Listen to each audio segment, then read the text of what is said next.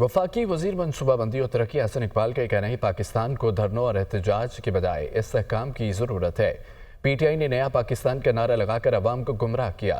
तशद्दुद और नफरत की सियासत मुल्क की तरक्की की राह में रुकावट है। मुल्क की तरक्की के लिए सबको मिलकर किरदार अदा करना होगा।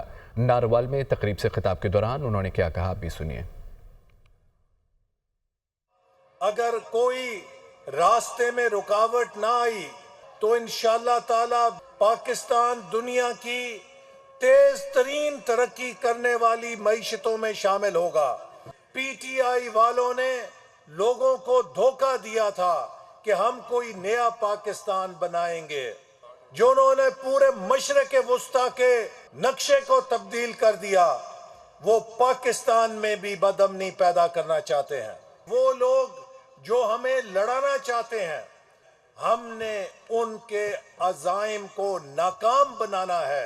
एटमी ताकत को कमजोर करने का तरीका ये होता है कि उसके मुल्क के अंदर इंतशार पैदा किया जाए, फसाद पैदा किया जाए, आपस में लोगों को लड़ाया जाए।